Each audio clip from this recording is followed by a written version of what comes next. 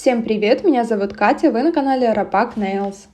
И сегодня я хочу вам продемонстрировать 5 разных способов наращивания ногтей. Мы будем выполнять форму острый квадрат, коротенькую длину и делать это практически без поверхностного опила. В качестве моей модели сегодня будет выступать моя левая рука, правую я уже нарастила дней 5 назад, а на левой 3 дня назад сделала чистку и покрыла тонким слоем базы, и наконец-то вот сегодня у меня дошли руки их сделать. Поэтому сначала хочу вам продемонстрировать, как я делала маникюр, а после этого приступим к самому интересному.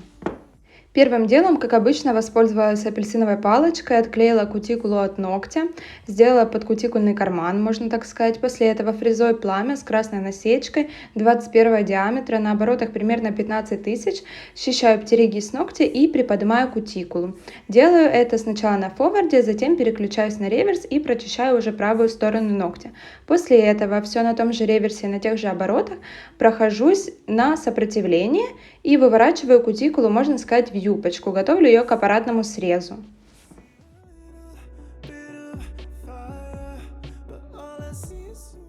Для выполнения аппаратного среза я предпочитаю использовать фрезы с красной насечкой, потому что они позволяют мне истончить кутикулу, срезать и одновременно зашлифовать кожу. Поэтому этот случай не исключение. Сегодня я взяла бочонок 40 диаметра и на форварде на скорости примерно 5-7 тысяч оборотов, то есть на очень низких оборотах, с достаточно умеренным давлением я счищаю кутикулу. После этого слегка шлифую кожу, протираю пыль, и вот такой результат. Ну и в тот день, когда я выполняла маникюр, я уже заранее знала, что времени на полноценное наращивание у меня не хватит, поэтому я просто решила перекрыть ногти тонким слоем базы. Для этого я сначала их обезжирила, прошлась бескислотным праймером и покрыла втирающим слоем, высушила, и так ходила 3 дня. И вот сегодня пришло время их наращивать, и у меня уже готова подложка с базы. Итак, первый способ. Для него нам понадобится нижняя форма, акригель, которым мы будем делать подложку, и гель, которым мы будем делать выкладку архитектуры в технике без опила. И нам нужна жидкость спиртосодержащая для того, чтобы смачивать апельсиновую палочку, чтобы разравнивать ее материал. Сейчас на видео показано, как я расклеиваю нижнюю форму, и прелесть этого способа наращивания в том, что мы можем не идеально подгонять нижнюю форму под ноготок. Почему? Потому что акригель у нас не затекает, и в принципе, если останутся небольшие зазоры, мы их просто вытянем по воздуху, материал туда не провалится, не затечет и не создаст нам в будущем никаких проблем. И единственное, что бы я советовала, это все-таки делать насечки в точках роста для того, чтобы сделать ногтик более арочным и узким, чтобы он не выходил такой лопатой, так скажем. Поэтому делаю насечки, поджимаю формочку аккуратно и буду выкладывать подложку с акригеля. Для этого обычно работаю апельсиновой палочкой. Сначала остренькой стороной переношу каплю акригеля на ноготь, после этого плоскую сторону палочки смачиваю в клинсере, обезжиривателе, АХДшке, чем вы привыкли работать, и разравниваю материал, растаптываю его по ногтю, сглаживаю грань, дорабатываю обязательно боковые стеночки ногтя, чтобы они у нас были целые и точно с точек роста выходило продолжение ногтя, чтобы там не было недостатка материала и в дальнейшем не образовались трещины. Делаю сразу заготовку желаемой формы и сушу. Но в этот раз, как вы видите, я немножко не досушила перед тем, как снять форму, и у меня акригель с обратной стороны чуть потек. Я его разгладила кисточкой, досушила, и после этого, когда материал еще тепленький, я его обязательно поджимаю такими обратным пинцетом или тонкогубцы можно брать прищепочки на ногти, но я это делаю обязательно, пока материал теплый, для того, чтобы ногти вышли более узкими и аккуратными. И поджатый уже материал после этого досушиваю еще примерно полминуты-минуту. После этого уже перехожу к опилу. Сначала я в опиле квадрата пилю торец, после этого пилю боковые стеночки ногтя, затем сглаживаю все неровности на поверхности, которые могут быть, и только после этого уделяю внимание нижним параллелям ногтя, то есть ставлю пилочку из-под ногтя и вывожу ровные линии. Хоть я в начале видео и говорила, что мы будем наращивать ногти без опила, я подразумевала то, что мы не будем опиливать уже финальную выкладку материала, но когда мы делаем подложку, нам необходимо придать ей нужную форму. Но это всего лишь один из способов, далее вы увидите такие способы, в которых все меньше и меньше пилежки. Ну и, естественно, количество опила подложки будет зависеть от ваших умений работы с материалом, которым вы работаете. Заготовка моего будущего ногтя уже готова, но он вышел плоский и таким, я думаю, он вряд ли будет носиться, поэтому нам нужно добавить архитектуру в зоне апекса, выстроить небольшую высоту, добавить толщины в стрессовой зоне и свести к кончику материал на нет. Для этого я буду использовать гель. К счастью, сейчас на рынке представлено очень много жидких гелей, практически в любой торговой марке они есть, и они позволяют работать легко, без опила, то есть материал хорошо выравнивается, и его можно изначально выложить так, как вам хочется. Я в этом случае использую самозамес. Здесь я взяла прозрачно-белый гель, домешала в него блесточек и капнула капельку ярко-неонового розового витражного лака, перемешала и получила вот такой вот классный эффект. Сушу материал, потом слегка его поджимаю, буквально 5-7 секундочек досушиваю, и вот мой ноготок готов. Итак, теперь второй способ. Он отличается от первого только тем, что подложку мы будем выполнять гелем. И для этого нам обязательно нужно спилить свой натуральный ноготь в ноль, чтобы не было никаких уголков ногтя, которые с формой будут образовывать зазор, в который может затечь материал. И второй важный момент, это для того, чтобы форма вплотную стала к ноготку, нам нужно ее очень хорошо подрезать и подогнать четко по форме натурального ногтя. После этого выкладываю подложку гелем.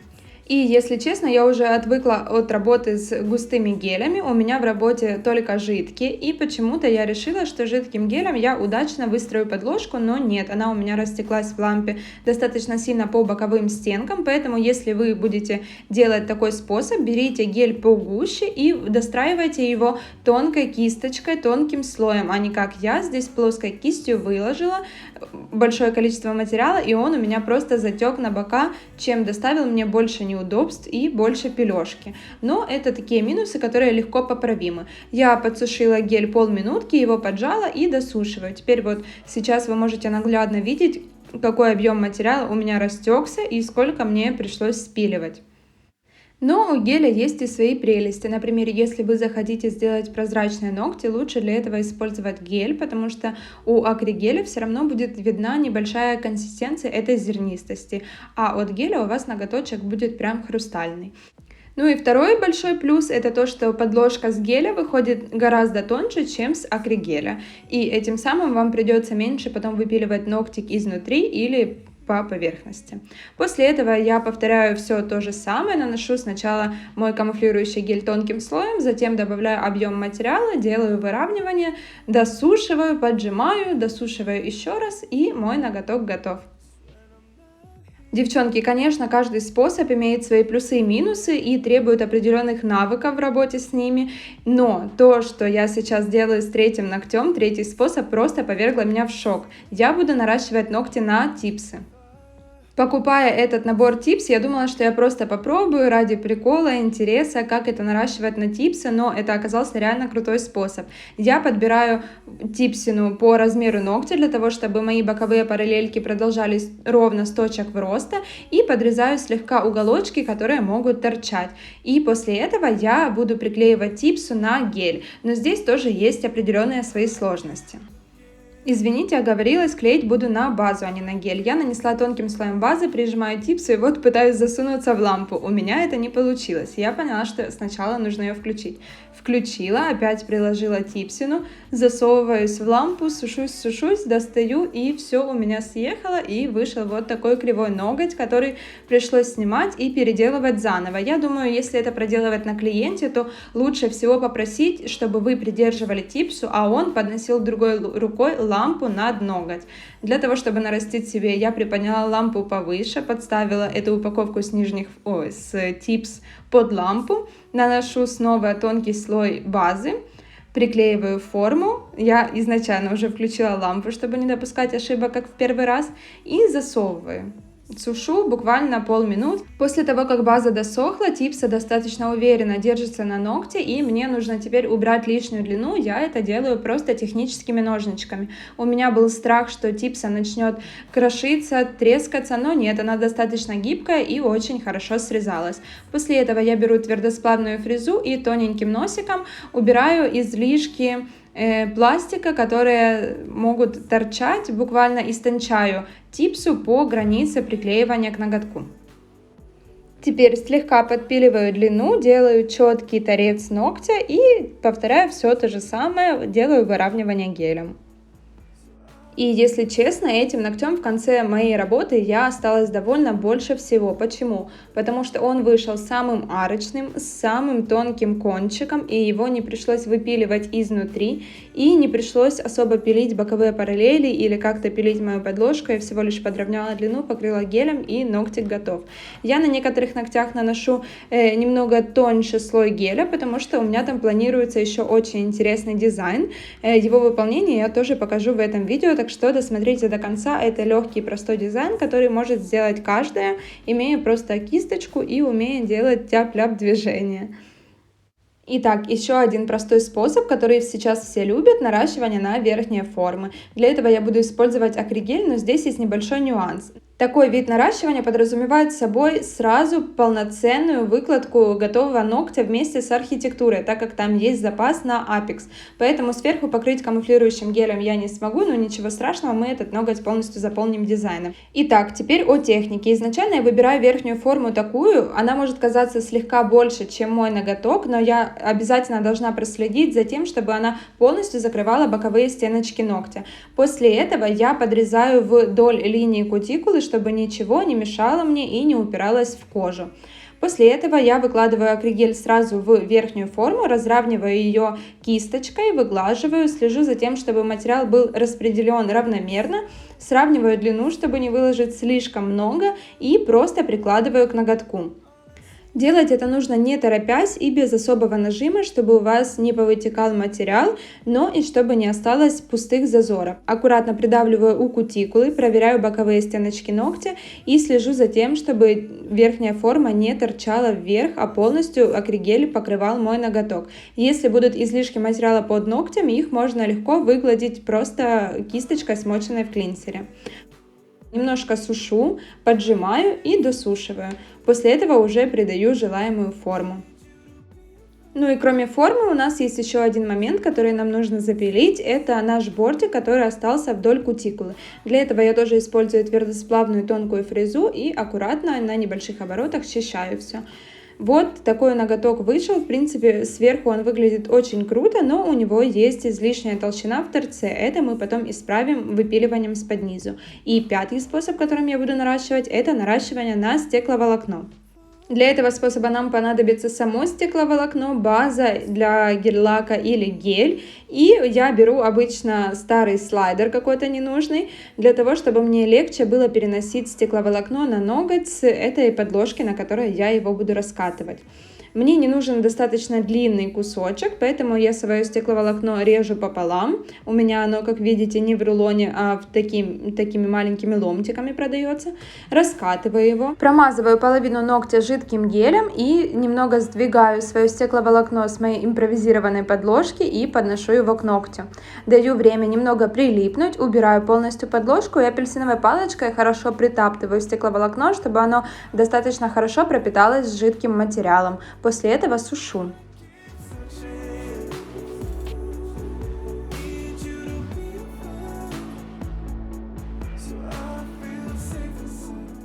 После просушки убираю все лишние волосочки, проверяю, чтобы все хорошо приклеилось и запечатываю снова гелем, достраиваю необходимую длину. Сушу. И, конечно же, снова, чтобы ноготь у нас не вышел плоский, мы после полуминутной просушки поджимаем материал и досушиваем его. После этого я покрываю ноготь с обратной стороны, чтобы там тоже хорошо запечатались мои волокна. Сушу, отпиливаю желаемую форму, обрезаю все лишнее стекловолокно ножничками и то же самое достраиваю архитектуру все тем же гелем с блесточками.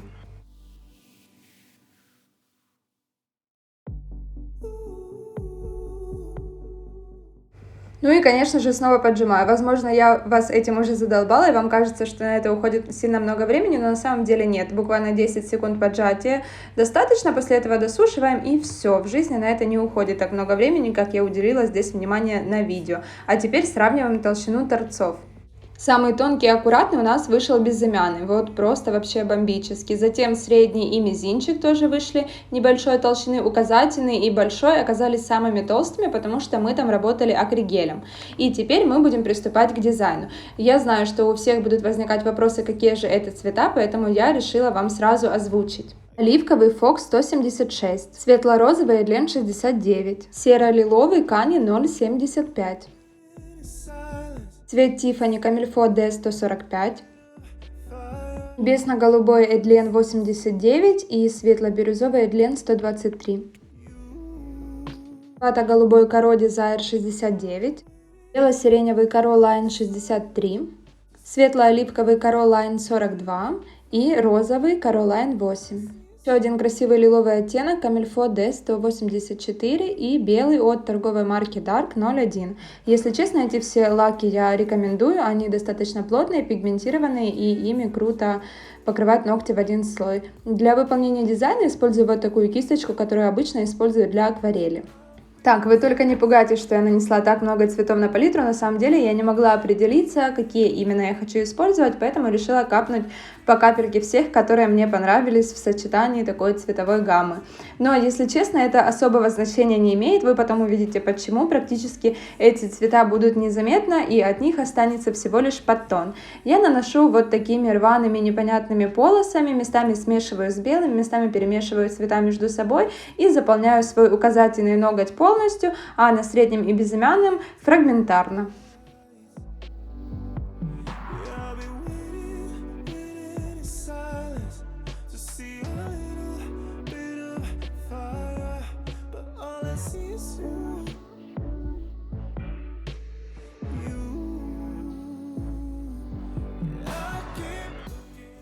Итак, теперь для глубины дизайна я решила добавить немного черных прожилок. Делаю это тоненько, дрожащей рукой наношу непонятные витиеватые линии. Их можно рисовать как угодно, все равно мы в дальнейшем их слегка приглушим белым цветом. Мне показалось скучно, и я замешала топ с золотой втиркой и добавляю еще золотых разводов прямо поверх черного.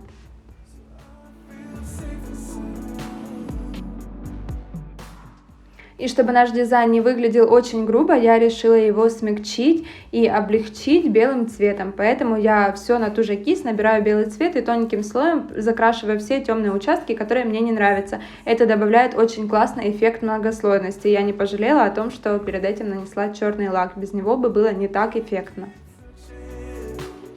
Теперь дополняю свои ногти черной полосочкой, приклеиваю ее хорошо и обязательно запечатываю базой кончики для того, чтобы они никуда не делись во время выполнения дизайна со слайдерами. Для того, чтобы приклеить слайдер, я их вырезала, размачиваю в спонжике, смоченным водой и наношу тонкий слой базы, на который я буду приклеивать свои слайдеры. Я его сушу буквально 5 секунд для того, чтобы база осталась полусырая. Переношу слайдер на ногтик, и так как он достаточно тонкий, я решила, что можно его сверху не закреплять ничем, он хорошо припечатался, не осталось никаких складочек или торчащих моментов, так скажем, и поэтому я сразу все перекрываю матовым топом. Ну и после перекрытия топом нужно не забыть сделать еще один важный момент. В принципе, вы его можете делать сразу после выкладки материала или уже, как я, после покрытия топом. Значения это не имеет, но нам обязательно нужно выпилить лишнюю толщину на указательном и большом пальчике. На остальных, в принципе, торцы я не трогала. Так что беру свою твердосплавную фрезу на форварде, на средних оборотах, аккуратненько выпиливаю все изнутри. Итак, девчонки, не выключайте, потому что мы сейчас будем смотреть на готовые ногти. Вот они. Я, если честно, балдею вообще с безымянного. Теперь хочу взять модель и полностью нарастить ногти на типсы. Если вам было интересно, полезно хоть чем-то это видео, не забудьте ставить лайк, подписываться на мой канал. Если хотите получать уведомления о моих новых видео, нажимайте на колокольчик. Можете подписаться на меня в инстаграме. Я подписана точно так же, как и здесь, Ропак Nails. И, конечно же, буду рада пообщаться с вами здесь в комментариях. Напишите, какой вам способ понравился, каким вы пользуетесь, не знаю, какие у вас проблемы есть или вопросы по этому поводу, пишите, буду стараться на все отвечать. Всем спасибо за просмотр, до новых встреч, пока!